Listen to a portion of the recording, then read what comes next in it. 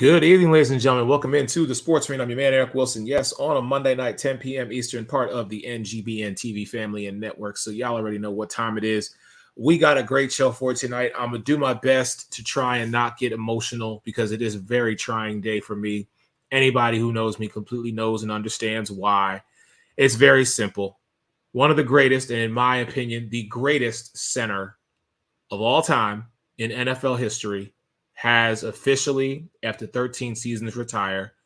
We're going to talk about him a little later because we got something a little, I will say, in the world of sports, I guess is a little more of a better time. I don't know what you want to call it. I'm just going to say we're going to discuss Jason in a little bit.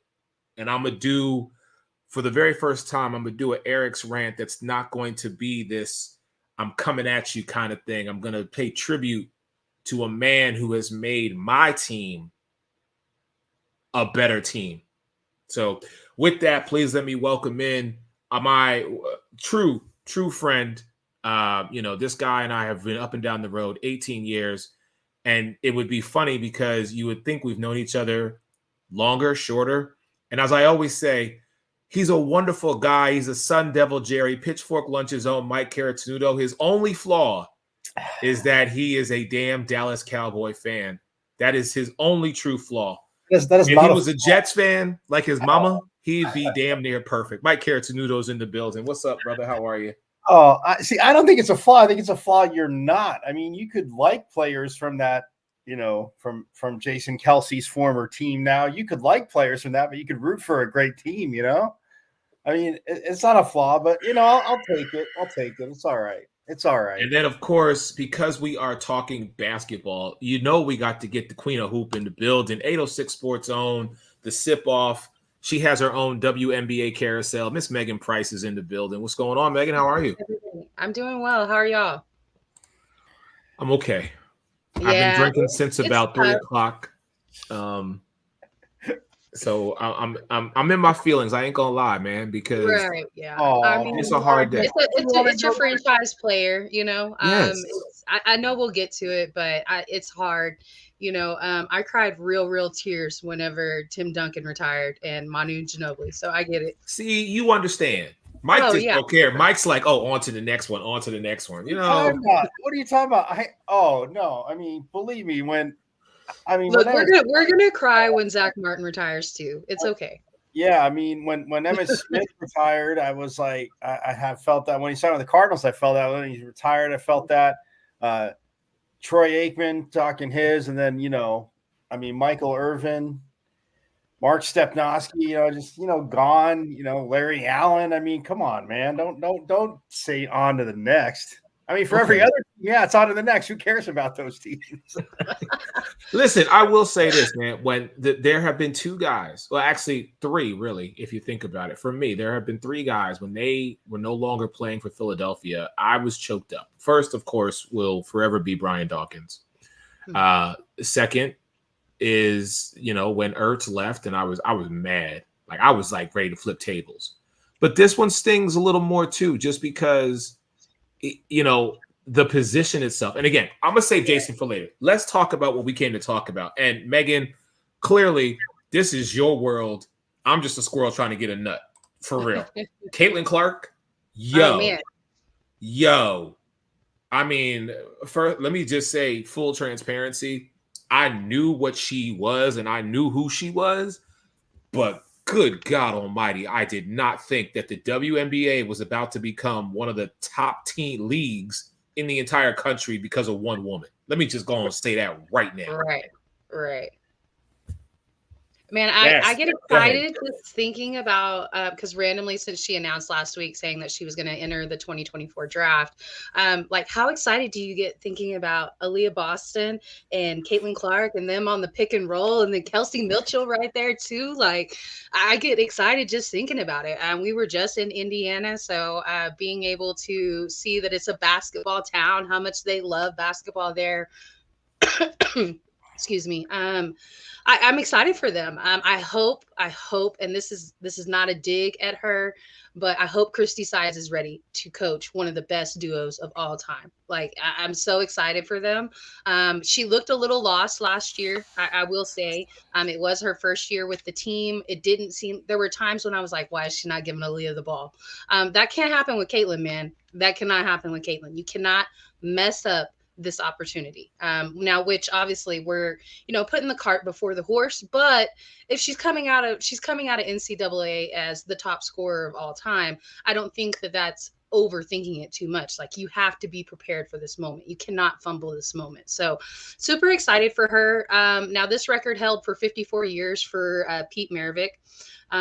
She entered this game needing 18 points to break the record of 36-17. She broke Lynette Woodward's record 4 days earlier. Lynette Woodward was in attendance at this game.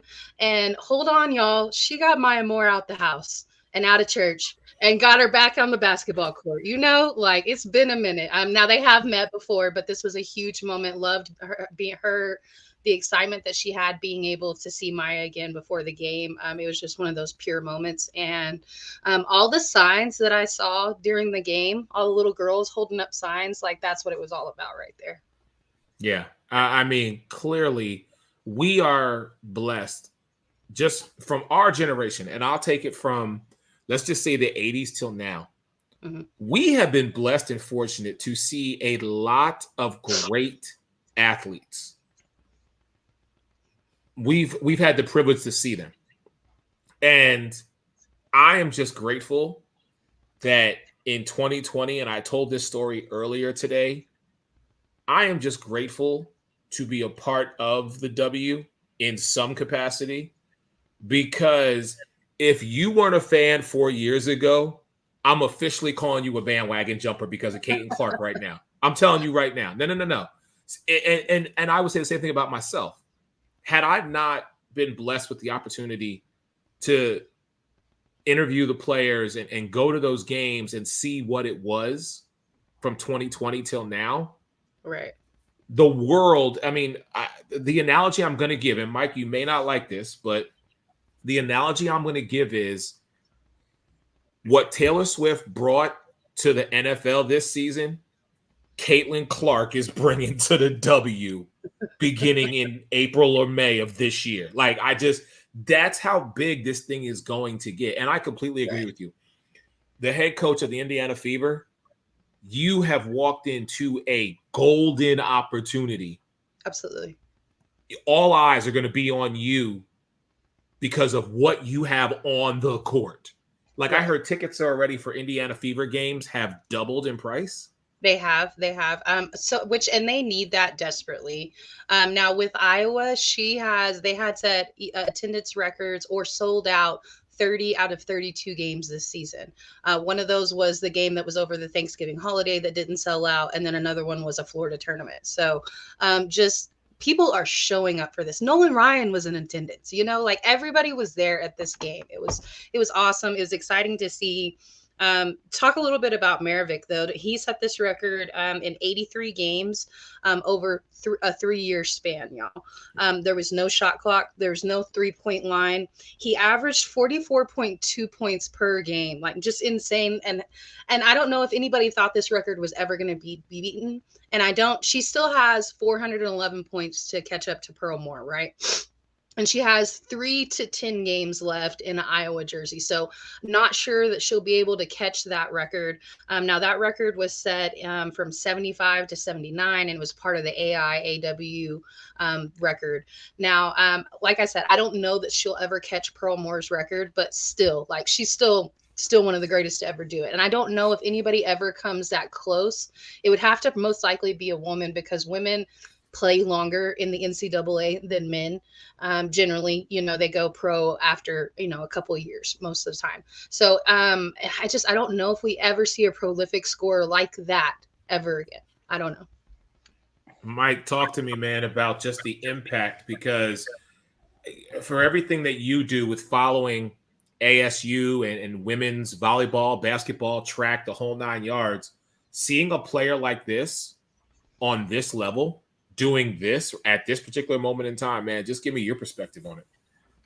Well, yeah, I mean, getting to Pete Maravich's record is huge. And I mean, to Megan's point, I echo that, like, one and dones obviously aren't going to break a record. And I mean, what Pete Maravich did was just insane. But look, to see her do it is cool. And I mean, it's just to that much more of a,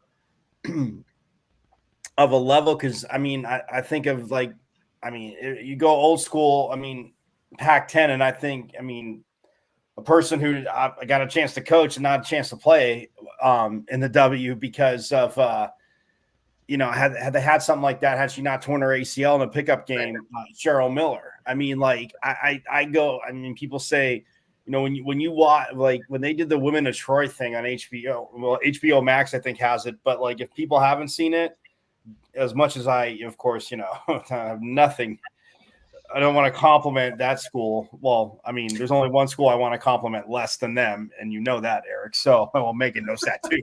But no, what Cheryl Miller did, I mean, like just to see what she was, and I mean, to have that spotlight, and not that Caitlin Clark did, not that any of these, male or female athletes, but in this instance, Caitlin Clark didn't have that spotlight. Like, there's so much more, with social media and everything. So when we look at it, like you can't take away, I mean, obviously, like how Caitlin Clark's done it. I mean, it's not like she's not, dishing the ball. It's not like she's the offensive ball stopper where she gets the ball and just stops, dribble, shoot, but loving her game. I mean, and to me, it's just like, when she passed, like, Kelce Plum, it was like Kelce Plum and then like Sabrina Ionescu here on the West Coast. And it's just like, it got bigger. I mean, and when Sabrina hit like 2,000, 1,000, and 1,000 for her career, people were like, this is insane. Like, not only is she just putting in points and shooting it like she does, but she's getting the rebounds and she has, over 1,000 assists for her career. And then you see what, Caitlin Clark is able to do. And I know, I love all the, I love all the internet warriors and detractors saying, oh, well, there's no defense in women's basketball. First, they'll say in basketball, they'll say in women's basketball are like, oh, they're just letting her, take every shot. Like where she's hitting them from and how she's playing, it is a whole nother level. My only thing is, and Eric, this too, and May, this, like in the W, you're going to have to play some defense. And I think she can be, I mean, that's that part of her game. And for a lot, I mean, not all that get drafted, because there are quite a few that get drafted that are really good defenders. And, I'm height aside, I'm just saying, but like, I think that'll be a huge learning curve. But everything she's accomplished, like, I mean, it is insane to watch. Like, you're right. It came like, I mean, as much as I kid around having been to Iowa years ago, like, I mean, there's something to do in Iowa. Like, that is the place to be seen. Like, everybody, like Megan said, wants tickets to see her play in the last, like, year and a half. And the whole, a lot of people feel like the whole Angel Reese thing and with her last, like, oh, it's like they were just trying to plot it to get people to watch. Like, I mean, no, it was in genuine trash talk, which is great. But at the same time, like anything short of a title, the annoying thing to me, especially, and I mean, I don't think Caitlin Clark will take it, anything short of a title for Iowa, which again, they're obviously in the mix, but anything short of a title, people will be like, oh, well, she just got these records, this and that. Like they didn't win a title. And when I go back, and like I say, like it's hard because, yes, as games evolve, Eric and Megan, this too, I'll leave it on this. As games evolve, it's always going to be hard for me to say that there was a better college player than Cheryl Miller because of, I mean, at her height, I mean, yeah, granted, like, she could play like that point forward back then. I mean, she was handling the ball. She was down low. Everything she did, like her game, and it was just, it's just crazy. Because I remember, I think it was, was it Don Staley that said it? Somebody in the Women of Troy thing was just talking about it. Maybe it was they got a sound from Lisa Leslie saying that like it's just had there been a lead, like everybody, and she's saying, I'm not saying she would have been Wilt Chamberlain, but like every WNBA record, like a list, guys, it would have been like one of the three names always would have been Cheryl Miller, like it is for Wilt Chamberlain on any huge NBA record when you see it on SportsCenter or whatever. So to me, that's the only bummer. But for Caitlin Clark, I mean, to be put in that rarefied air and to earn it, to shoot like she does, I mean, man, like I said, I thought seeing Kelce Plum and Sabrina Ionescu live was insane, but getting to see her, and I mean, good for Indiana. Like I said, good for Indiana. You know, I hope now the whole talk though is that like she's not going back to college, because like nobody needs that and or wants that. Like, I don't think at this point, with everything going on, I think it's pretty much like she said she's going. She's declared herself, so I think this is what's going to happen. Here's what I will say, and before we go to break, I want to tease it with this to both Megan and Mike. When we were in Indianapolis at the National Scouting Combine, we had a WNBA conversation where we stack ranked where we think the top 4 teams would be come the end of this WNBA season. When we come back, I want to see if your minds have changed based on the fact that, like we said, now we have Caitlin Clark and Aaliyah Boston playing on the same team with a Kelce Mitchell. Think about that. We'll be back in just a moment.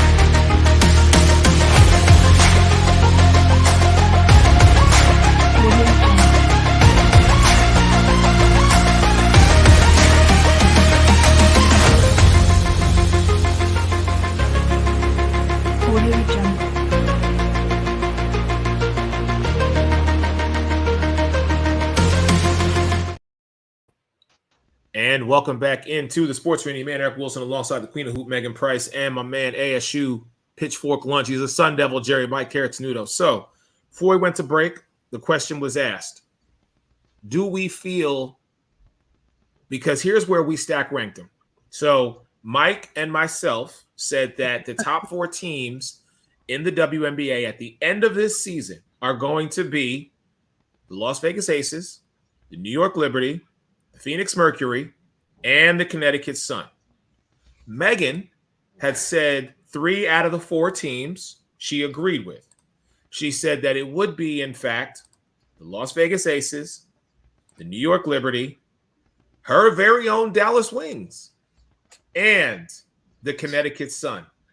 My question to both of you now is, with the addition of Caitlin Clark to the Indiana Fever as potentially projected to be, does that change your opinion of who is going to be in the top 4? Will Indiana take over one of those top spots? I'm going to say no, but it does put them in the playoffs. Like, I think she does have that impact. They make the top 8. They make the playoffs. I don't know if I see them getting out of the first round. Sorry, Mike. Sparks ain't shocking us. Oh, Mike's already poking at Megan. Look at that. He doesn't know. He doesn't know how I feel about the Sparks. But no. Hold on. Sorry. Time out. Anybody who's ever watched this show knows how you felt about Eric Fisher and the Sparks. That is like an Eric's rant. Throw Kurt Miller in there. Throw Kurt on there too. I don't like Kurt either. All right, that's fine. I'm sorry. Anyway, I'm just saying. Don't say he does. Nobody knows. Something nobody knows how you. Yeah, I'm glad I'm sitting down for that one. I would have fell over. I'm just saying. I listen. Mike is absolutely 1,000% correct. Anybody who watches this show over the last 4 years, if they know the Queen of Hoop, Megan Price, they understand her disdain, and that's being politically correct for the Los Angeles Sparks. I'm just going to leave it at that. Go ahead, Megan. No, please, go ahead. So you're saying they're going to get into the postseason. There'll be a one and done, in your opinion. Yeah, I think that's where they're at. Some experience needs to come in. Now, Kelce, she has some experience. And it's not always – experience is not always the end-all, be-all. Sometimes you do come into the league and you're very dominant. And I do think that they make the playoffs. Like, they get immediately that much better. And they need somebody at the point who can really facilitate the ball, but also who shoots from the logo. Let's be real. She shoots from the logo. Her defense may not be very strong, but there's not a lot of defense that can be played on somebody that can pull up from the logo, So defense goes both ways on that. There's not a whole lot of defense that you can have on Caitlin Clark. Now, I don't think that, like I said, I don't think I see them getting out of the first round. And I don't think that they impact that top 4, because regardless of what you feel about Cheryl, what she said, some of her facts were mixed up. She's absolutely right, talking about the level of professionalism of these ladies that are already on teams. She's not going to go up and score like that on Asia 24/7. It's not going to happen. It's not going to happen against BG like that. It just is what it is. We're talking about women that are the best in the world. Right. Fair yeah, enough. I'm glad you Mike? said that.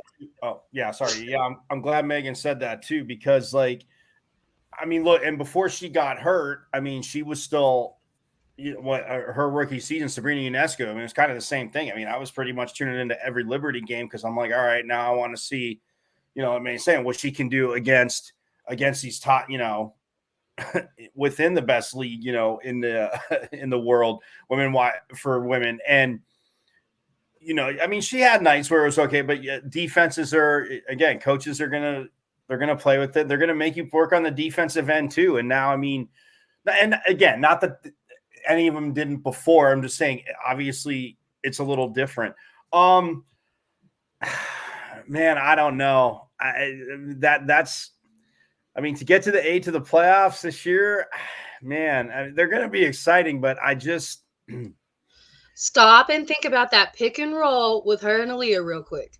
It is nice, but when you're playing against Vegas, who can run circles around you, or run or New York, or obviously Eric's de facto and my champs, the Phoenix Mercury with Kalia Copper running that stuff too. So I don't know. I'm just excited, but I do want to say something. I love what Mike Patton said, because God, man, this is twice now I have to compliment USC, Eric. What the hell? But yeah, Juju Watkins, man, I'm telling you what, I know, and I keep her name, I meant to look it up. Her name keeps slipping me. The freshman from Notre Dame. She could be one and done. Hannah Hidalgo. Yeah, thank you. Hannah Hidalgo and Juju Watkins, if there were one and dones, they would be. And look, yes, there's a lot of talented players, talented freshmen in women's hoops. Juju Watkins is ridiculous, man. ASU, again, not having the best of years, but this second half of Pac-12 play, they've been competitive. They have not quit.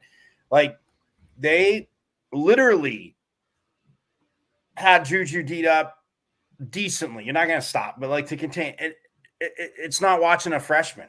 It's insane. Men, I've seen it on the men's side before. I've seen it obviously on the women's side a few times. She doesn't need to stay in college. I remember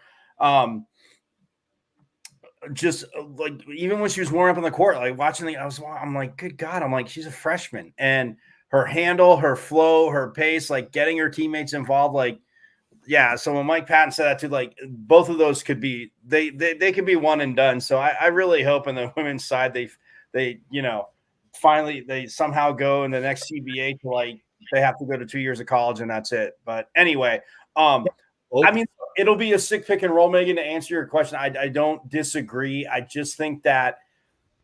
And I know, because Eric, it's going to sound like I'm talking on both sides of my mouth. I always hated that experience argument. When people last year, well, look at the Kings, they're in second, third place. If they play so-and-so, yeah, okay. In the playoffs, they ended up getting beat. But this year, then, now Minnesota kind of last year, they were in the playoffs. People were the conversation's not so much about Minnesota. It's about Oklahoma City. The experience, they're just straight. They were down by 24 yesterday to the Sun. But Mike, I'm glad you went there with that, because that's the exact argument that I'm going to bring to this table. Right. It's the fact that on one side, and I'll do a Mike Carrick's noodle and talk out of both sides of my mouth here. I don't do that. I pick one way. All right. You do, but you always give both sides of the argument. So what I'm saying is this: on one side, I'm always the first to say, listen, I respect what Caitlin Clark has done.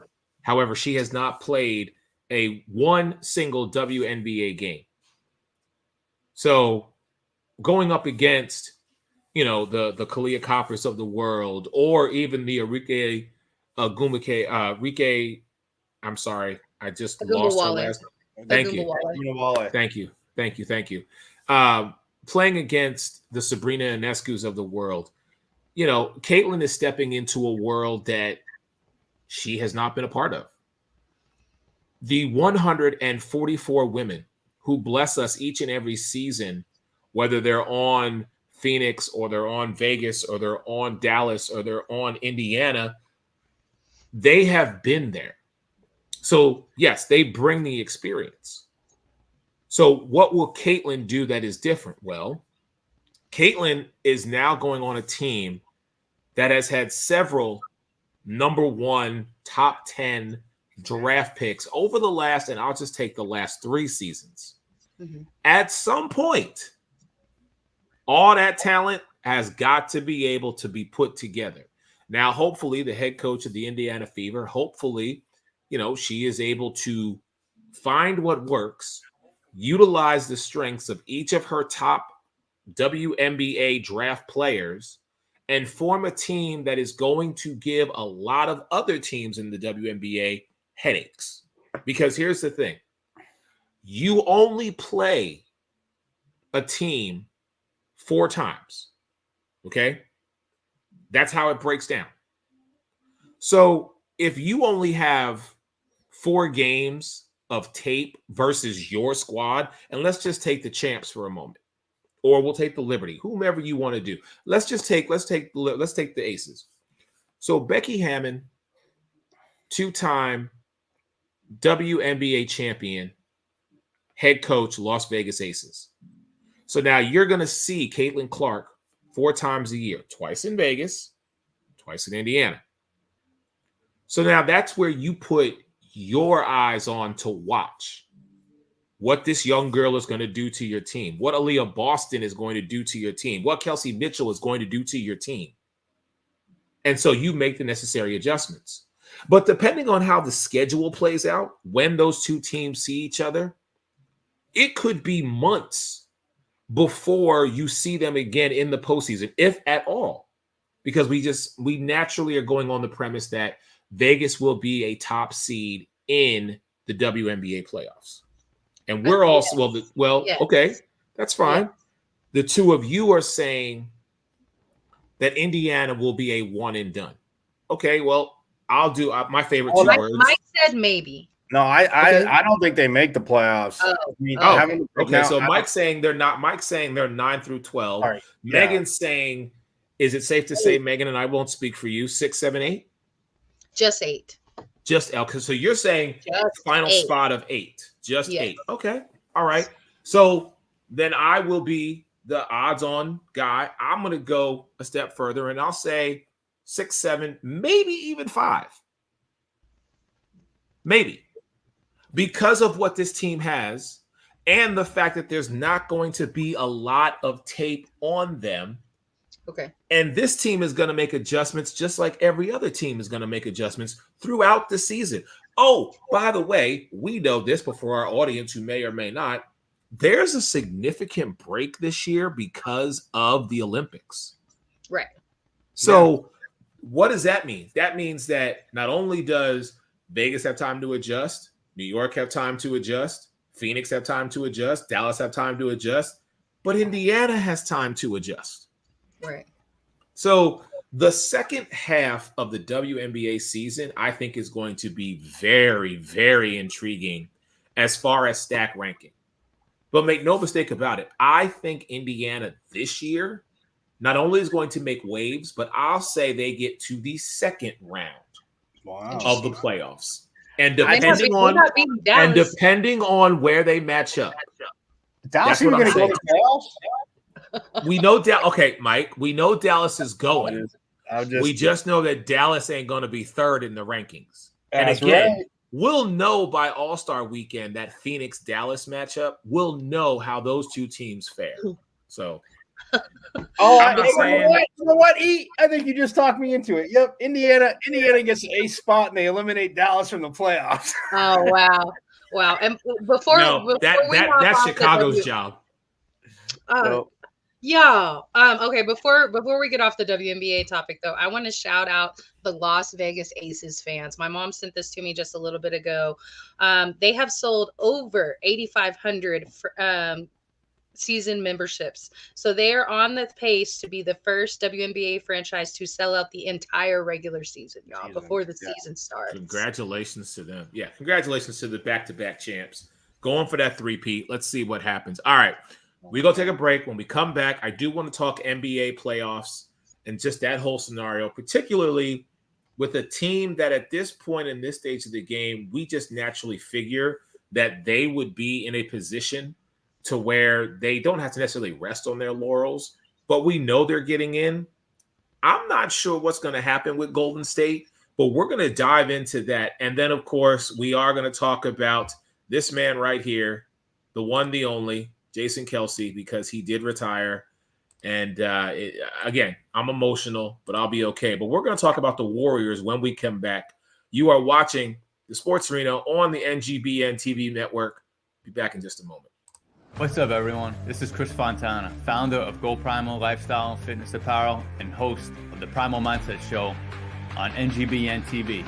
Coming to you from Long Island, New York, with the transformative show that shares inspiring stories of overcoming adversity and embracing personal growth. Hosted by me, who has triumphed over immense challenges, including addiction, mental health struggles, and significant weight loss. This show features conversations with individuals who have conquered their own obstacles. Through heartfelt discussions, the Primal Mindset offers hope, guidance, and inspiration to listeners, encouraging them to persevere and never settle. Join us on this empowering journey of resilience and transformation as we share the stories of incredible individuals who have embraced the power of the Primal Mindset. Join us on NGBN TV.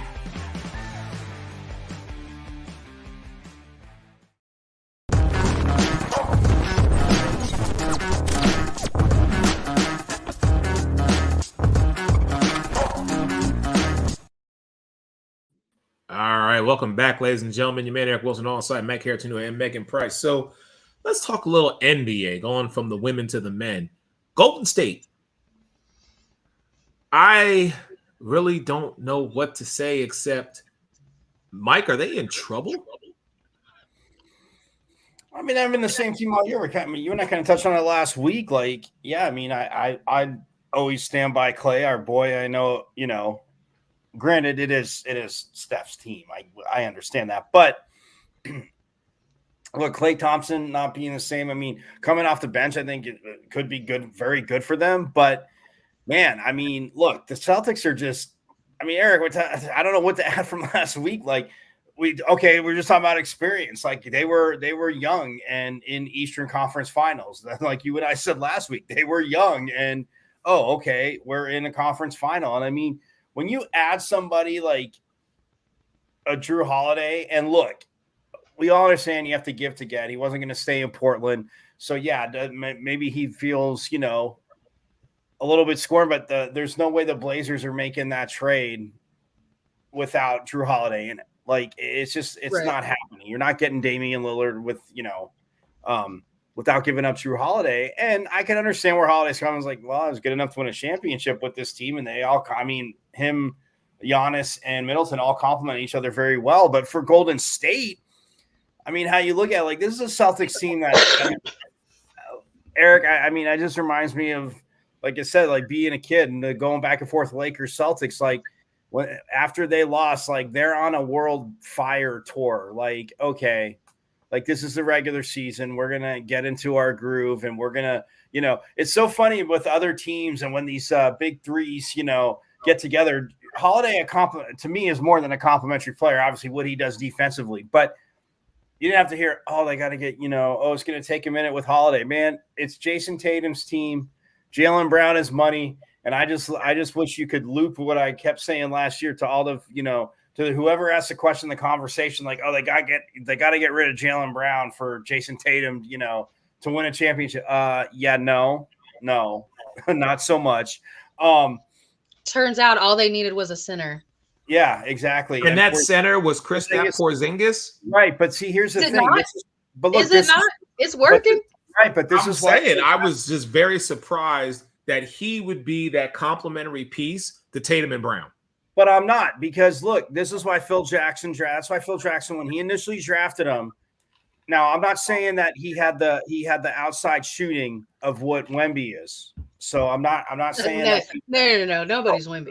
But okay, but length, defense, how he handled the ball coming up, all the same things we've heard about maybe higher echelon, the shot blocking that Wemby's doing, Porzingis was doing in Europe too. And coming up, everybody's like, man, this guy, and that's why Phil Jackson, but again, not the right players around him. And then, Dallas was kind of a fit for him, but then once he started playing with Luka, like he just never felt like there was never space for him on the court. So, I mean, Eric, I think a lot of people might have that reaction, NBA fans. I mean, fans he didn't look bad in Washington either, though, with Russ and Beal and Porzingis, like it wasn't a bad mix. Right, because they spaced the floor more. Like Beal will sit there and space the floor. Yeah, granted, Russ is taken into the hoop, and Beal at times could too, but with the spacing, it worked better. And I just think the other side of that, Megan, I was going to say, he also started playing better in Washington because he wanted, or up to the level that people thought he should play at, because he wanted to get the hell out of there. Yeah, he wanted to get the hell out of there, but ending up in Boston. So, yeah, with those kind of players, I mean, I think that, and to Phil Jackson, I'm not trying to toot his horn even more, I'm just saying that, like, with the right complementary players, you can have that dominant guy that can sit out there and hit, 15, 18-foot jumpers and spread the floor. And then, you play a high pick and roll and you're going to put somebody smaller on him. He's going to eat you up in the lane. Like, that's the game they saw. I mean, it's certainly better than Tristan Thompson. That's who they have. Okay, yeah. But hold on, both of y'all. I just got to say this. This is the Golden State Warriors. All right. This is a team that over the last 5-6 years has been 8. Okay, the last 8 years has been a team that has always made it either to the Western Conference Finals or the NBA Finals. They have the championships, plural, to back up being a top team in the entire NBA. And it just seems like typically when teams begin to decline, it's a gradual decline. All right. This team right now sits number 9 in the Western Conference standings, 10 games behind Oklahoma City. Right. They are 9.5 games behind the Minnesota Timberwolves and the defending champion Denver Nuggets. Right. The Pelicans, who we always said were that team that was always they would be one of the last teams to get in, is at number 5. Mike, your Phoenix Suns, I know, with Kevin Durant and Devin Booker, who, in my opinion, should be higher than 7. Kind of lost themselves as well, and that goes back to coaching, not talent, but coaching. But I'm looking at this, and when I look at these standings, I'm like, blow it up. It's okay. Well, it's not okay. Let me slow it down real quick. Okay. It's time to retool before you have to blow it up, because you're getting on the verge of it being that bad. So you have to retool. You did the right thing by benching Klay. It was the right thing. Him coming off of the bench is working well for them. If you go back and you look at their last 10 games, they're 7-3. And then since the All-Star break, they're 5-2. The 2 games that they lost to are 2 really good teams, Denver and Boston. Boston lost 1 time in the month of February, and that was February 1st. That's it. Right. That's all. Like, they're incredibly good. We'll see if that translates in the postseason. I mean, obviously, it usually translates in the first couple of rounds, but is it going to translate to a ring? They're getting really close to, like, you've got to move on from some things. But one key player that they're missing right now, and even when he's there, he hasn't fit in this season, is Andrew Wiggins. Andrew Wiggins has been away from the team for a week now. Obviously, his father is ill. And just on a personal note, I will say that no regrets going back and putting my career on hold and being there for my dad. Absolutely no regrets. So I understand what Andrew's going through, and do whatever you have to do. That's what I think. But I think the team figured out who they were in his absence last year. And so they moved away from him being Steph's right-hand man. I think you need to go back to that. But I don't know if that flow is there anymore. You got Moody, you got Kuminga in the starting lineup. Chris Paul is back. I mean, nobody knew because he scored maybe 2 points per game. But I think that you got to move some pieces around, and you're going to have to move some of your key core players because you have to, as we know, the new CBA is coming into effect as well. So the luxury tax that they were paying, they're not going to be able to do that the same way that they did in those previous years.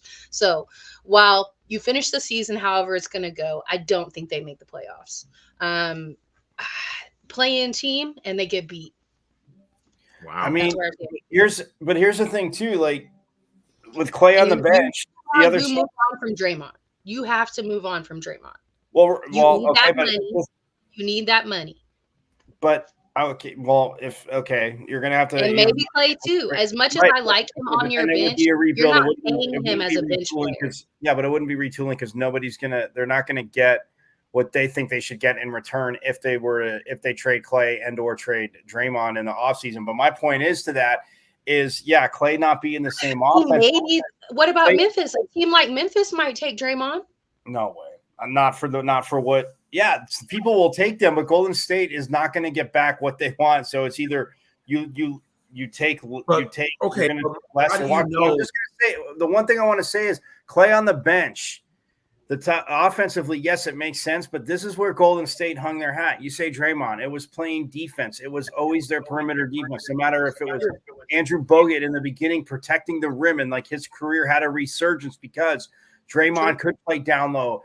Clay was that two-way defender. I mean, it was like, people will talk Kawhi, and then it's like, oh, look at Klay Thompson, Kawhi Leonard. Like, they're 19th out of 30 in defensive points allowed in game. And yes, I know in this day and age of the NBA, people say, oh, better shooters, better shooters. No, the lack of defense is one thing. Steve Kerr never put up with that crap. And they are 19th out of 30. And I wanted to say, because Eric, when you asked last week, I was like, oh, I forgot to mention that. But they're 19th right now out of 30, giving up 118 points a game. I don't care how, like, even if, Clay is in the starting lineup, but you need that defensive presence, which Draymond's not leaving the starting lineup because you need that defensive presence and leadership on the court.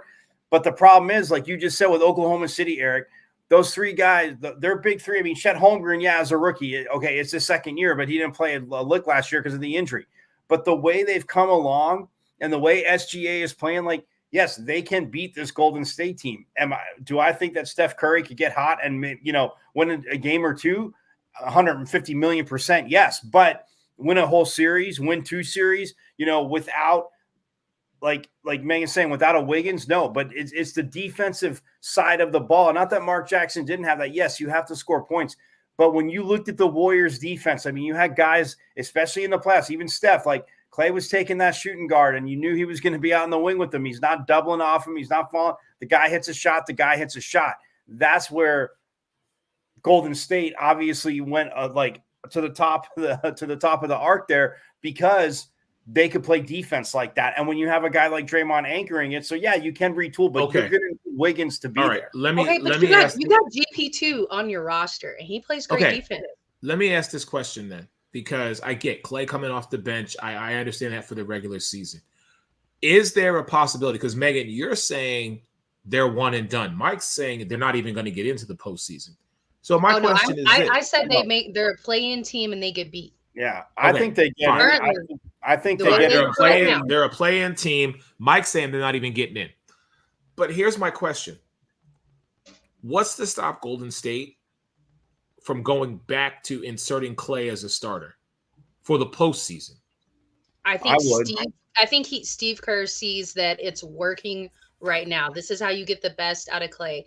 I mean, it's just facts. When you have those type of injuries, he had the worst injuries that you can have, basically, and still be able to come back. And he had them back to back. Like, you're just shoot. He's always going to be able to shoot the ball. Where we're going to see the problem is his defense. And that's where we see it now. He's not the elite defender that he was. He just doesn't have the speed or the steps for it anymore. It's just facts of the injuries. It just is what it is. So coming off the bench, that's fine. But where they made their critical mistake was they paid him as a starter. And he's better as a bench player right now. All right. Well, we will see what happens with that team because both of you are saying that Golden State will either be a play-in team and don't even make the postseason or don't even get in. I think they need to start thinking about the draft. And so y'all should probably start losing games. No, let's be honest. Because your team is aging, right? Your core players are aging. You need to start but Megan, the other side of that is Steph Curry's still a draw. So like if they do get, absolutely the draw, but that's a draw to get other players there. Draft pick at number 11 or number 12. Well, you're not going to get into the lottery with losing. I mean, with where they are now, how they've played, where they are now. So I think, but I mean, you're not in the lottery at pick 11 or 12. San Antonio was terrible for a couple years, and they had the 11 and 12 picks. I mean, but they probably don't want to. They don't need to build it like San Antonio. This is Golden State. I'm just chill out, Mike. Oh man! Shout out to our man Denzel. He's yeah, getting old. Steph still playing at a high level, but Clay and Dre ain't this. Okay, they're not the same. Well, look, Draymond needs to not get suspended. Look, Draymond can still play defense, but you're not looking. But what Denzel's saying there, I mean, look, I'm not looking for Draymond to score. If he hits the occasional three, hits a few buckets down low, but he's that facilitator to Steph. He always got the ball to Steph where he wanted it, and that's one thing. So can he defend like he used to be able to defend 3 seasons ago? The main draw, like you said about Draymond, was his defense. He could defend any player on the court. That's who he was. That's who he is. Is he still that player? I don't think he is. Yeah, but he can still defend down low, which you need to do in the playoffs. True. Okay, that's fine. But Mike, then my question to you is offensively, not defensively. Offensively, what does Draymond need to do in order for you to be like, see, this is the Draymond that I've been talking to you about? Offensively, what do his numbers need to be? I mean, if you get so in a perfect scenario where you have Steph and you have Wiggins obviously playing well and scoring, it would still be like the same as if it was him, Draymond, Steph, and Clay. Like you're that 3rd/4th option, but you get the assist. So points wise per game, if you're asking me, I would say if Wiggins is kind of being that sidekick, like Megan's saying, to Steph, I would say if you got anywhere from like 8 to 15 points a night from him, but you get 11 to 14 boards a night, and so a double-double is what you're saying. Yeah. Whoever he's guarding, though, also, if they put up points, isn't getting rebounds, or, maybe they get a few rebounds, but they're not getting their share of points, because that leadership and him calling out the defense, I think, is priceless to him. But like you said, on the offensive end, it could be a triple-double any game, just go 10, 10, and 10, because he would feed the ball. Well, yeah, but to Denzel's point, that's what I'm asking you. We already said I understand his defensive prowess, right? But for Draymond, because both of you were saying Golden State is as according to you, Megan, and to you, Mike, either they're a play-in team that doesn't make the postseason, or they just don't get in the playoffs at all. Meaning they will drop from 9 to 11, and someone else will jump up and take that spot. They were starting to figure it out. Like if you go look at the last 10 games, they were starting to figure it out a little bit. And then Andrew had to step away from the team, but they weren't even using Andrew the way they used him last year, or the year before that as well. So I think that, obviously they need to make some changes in their rotations. And while I think what they have right now, they could be better than what they are. But I think you got to move on from a couple of pieces. If you want to send Steph out the right way, you're going to have to retool. Right. Okay. No, 100%. And I want to address this real quick, and we got to keep it moving because we've only got about 9 minutes left. To Denzel's point, 5 years ago, Golden State would never lose by 50 plus. Okay, can we go back and look at their games this year? With the exception of the game against Boston, when did they lose by 50 plus? Because I'm going back, and I'm going all the way back to the beginning of this season, and I see a 28. No, they won by 28. Excuse me. Let's look at their losses here really quick. I'm looking at them, and nowhere do I see a loss greater as of right now, and I'm just scrolling through very quickly, greater than 8 points, maybe 10. So, yeah, every once in a while, you're going to have that hiccup. And it just so happened that that's what it was. Listen, stick a pin in this. We will have that conversation more as the season progresses. Like I said, when we come back, ladies and gentlemen, I'm in my feelings. We're going to talk about this. I'm going to hear from two Cowboys fans first and foremost, and then I'm going to do a very special edition of Eric's Rant in tribute to this man right here, the best center in the entire NFL, my man Jason Kelce. More with the crew. We'll be back. Don't go anywhere. Connecting your brain and body with interactive games and tests. Why is there no physical activity in today's health physical? Trazer is an holistic technology used to rehabilitate, prevent falls, and improve sport performance.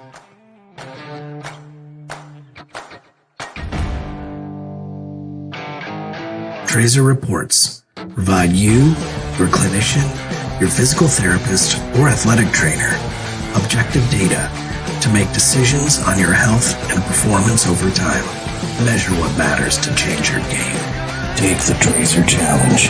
Confidence, growth, connected by Trazer.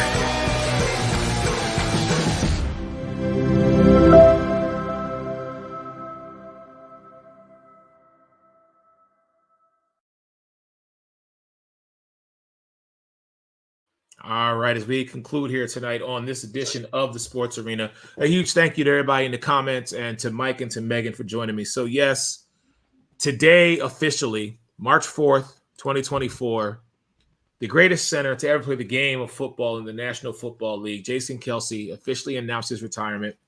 I still have not had the strength to watch his 41-minute press conference. I've caught some highlights just here and there talking about it.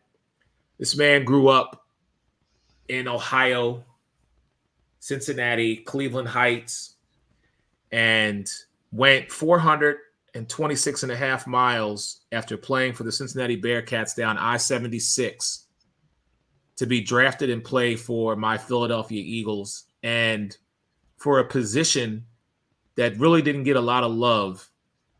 When you think of Jason Kelce, he made you pay attention. Like I said, I'm going to hear from first Megan and from Mike with regard to this, and then I'm going to say what I want to say. So, Queen, I'm going to let you go first with regards to just your thoughts on the retirement of Jason Kelce. You know, Jason is one of those guys that when he speaks, you immediately listen. And I don't think he's necessarily somebody that over talks. So, you know, when he talks, you're like, okay, I need to pay attention to this. And he's just that person. And so while I was doing some research, because obviously this is not my team, but I wanted to make sure that I was well versed on this topic. I mean, I know who he is. I know who he is in the game, but I just wanted to make sure I was right on this. And what really stuck out was, going through, and it was talking about how many games that he had started and how many games he played back to back. So let's see here. In 2020, Kelce started his 100th straight game with the Eagles. And then moving on into 2021, he was placed on the COVID list January 3rd, 2022.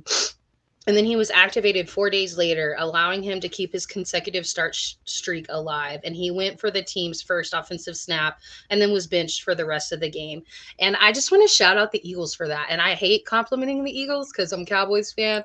But, you know, all the time we're hearing about teams that are pulling their players before they hit their mark on their bonuses. I always feel like it's such a shiesty move.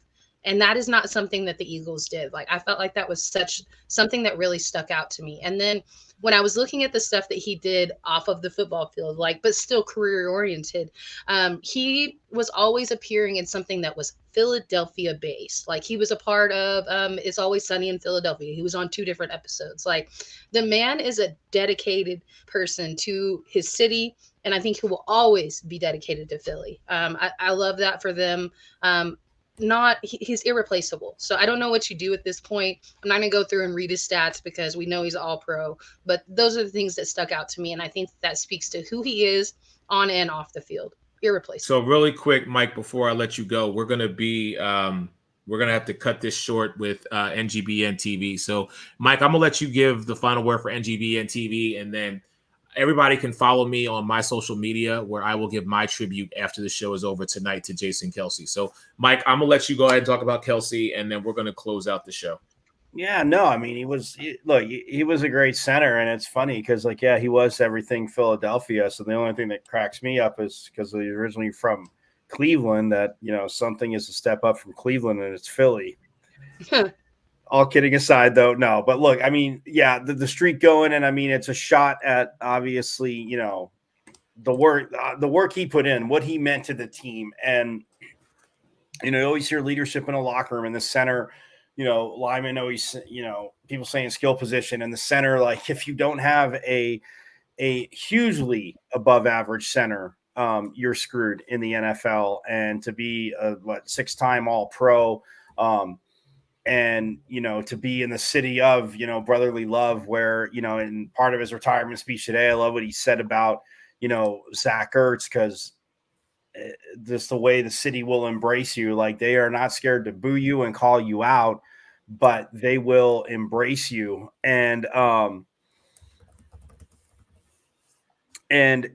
for what he meant to that team, though, and obviously I know how happy Eric was in the Super Bowl parade when they finally became the last team in the division to bring our whole division to Super Bowl. But Kelce's outfit and everything and what he means, like, to that city, getting drafted in the 6th round and just kind of going in and, being, the undersized center. I mean, yeah, countless games, obviously watching them play the Cowboys and being like, oh, God, I don't want to have to compliment him. I can't stand him. And then it's to be embraced, obviously, by that city and to give it all. And the fact that they didn't, the Eagles were, to Megan's point, classy enough, Eric, to not pull a Dodo McAdoo and, pull Eli out like in his streak. Again, not a Giants fan, but as Eagles fans, I think would have absolutely freaking rioted and, put him in for the first play, gets his start streak, brings that city, helps obviously bring that city to Super Bowl, go to another one in his time there as a center. And yeah, I mean, one of the best to do it. Is a bummer from a football standpoint to see him go, but from a Cowboys fan standpoint, I hope. All right, that's enough. You're done. Good night. That's it. I knew he was going to say something. Look, smart. And before we go, I got to shout out my Texas girls. We're number 1 in the nation for softball, y'all. OU finally lost. Congratulations. That's going to do it for us here on the NGBN TV network. Like I said, you can follow me on my social media facets because I'm going to pay my tribute to the greatest center of the Philadelphia Eagles and in the NFL, Jason Kelce. So for Mike, for Megan, and everybody at the Sports Arena, part of the NGBN TV network, everybody stay blessed. We'll talk to y'all soon. Follow me over on my social media. We'll be back in just a moment.